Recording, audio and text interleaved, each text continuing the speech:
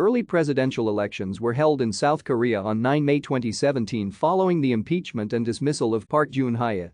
The elections were conducted in a single round, on a first-past-the-post basis, and had originally been scheduled for 20 December 2017.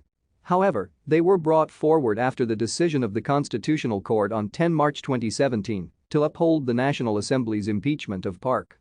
Following procedures set out in the Constitution of South Korea, Prime Minister Hwang Kyo-ahn succeeded Park as the acting president.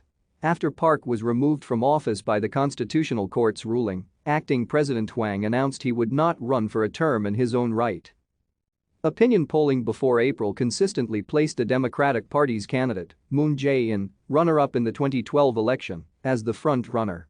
Second place in the opinion polls was initially held by former UN Secretary-General Ban Ki-moon, who declined to run in February, followed by Ahn Hee-young, whilst he lost the Democratic primaries to Moon.